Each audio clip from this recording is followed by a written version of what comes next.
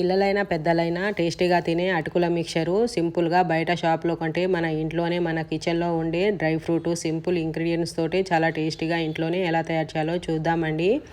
ముందుగా అటుకులని ఒక జల్లెడలో వేసి క్లీన్ చేసి పక్కన పెట్టేయండి జల్లించి. ఇప్పుడు స్టవ్ మీద ఇనుప కడాయి పెట్టేసి సరిపడా ఆయిల్ కూడా వేసేసి పచ్చి కొబ్బరి అయినా ఎండు కొబ్బరి అయినా సన్నగా స్లైస్గా కట్ చేయండి.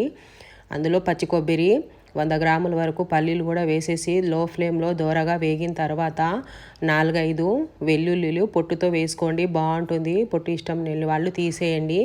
అవి కూడా వేగిన తర్వాత 4-5 పచ్చిమిర్చిలు కూడా చీల్చేసి వేసుకోండి. గుప్పెడు కరివేపాకు కూడా వేసుకోండి. 2-3 ఎండుమిర్చిలు కూడా చేయితోనే తుంచుకొని వేసుకోండి. ఎండుమిర్చి కరివేపాకు ఇవన్నీ బాగా వేగిన తర్వాత ఇందులో కొంచెము పసుపు వేయండి, కొంచెమంతా చక్కెర వేయండి, ఇంగువ వేసుకోండి. కల్లు ఉప్పుని మనం పౌడర్ ఉప్పుగా ఇంట్లోనే చేసుకొని వాడతాం కదా, అది కూడా చిటికెడు ఉప్పు కూడా వేసేసి బాగా కలిపేసి ఒక బౌల్లో తీసేయండి. ఇప్పుడు లాస్ట్లో కొంచెం ఆయిల్ ఉంటుంది కదా, మీకు ఆయిల్ మిగలకపోతే మరోసారి కొంచెం ఆయిల్ వేసుకోండి.